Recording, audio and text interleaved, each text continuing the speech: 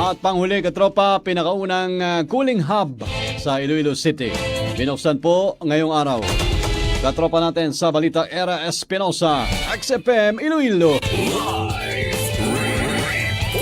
Report. Binuksan na sa publiko ang pinakaunang cooling hub sa Iloilo City. Pinangunahan ni Iloilo City Mayor Raisa Treñas ang opening ceremony para sa naturang proyekto. Layunin nito na makapagbigay ng lugar para sa mga commuters na makasilong o makapagpahinga habang naghihintay ng kanilang masasakyan. Ayon sa Iloilo City Government, bukas para sa lahat ang air-conditioned at solar-powered na cooling hub mula alas 10 ng umaga hanggang alas 4 ng hapon. Maaari ring makainom ng tubig ang mga nais gumamit ng cooling hub dahil may mga ilalagay dito mga water dispensers. May mga naka-assign rin ng mga personnel ng City Social Welfare and Development Office at City Health Office upang tumulong lalong-lalo na kung kinakailangan. Nasa 16 hanggang 20 mga commuters ang maaaring pumasok o gumamit ng cooling hub ng sabay-sabay. Maliban sa Diversion Road, Mandurriao, may mga cooling hubs rin na inilagay sa General Luna Street at Plaza Latagay sa Iloilo City proper.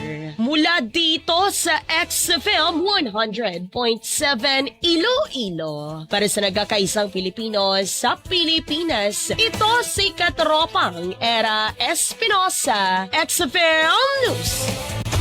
Cellphone Plus Gold, mapalit sa mga butika sa inyong lugar.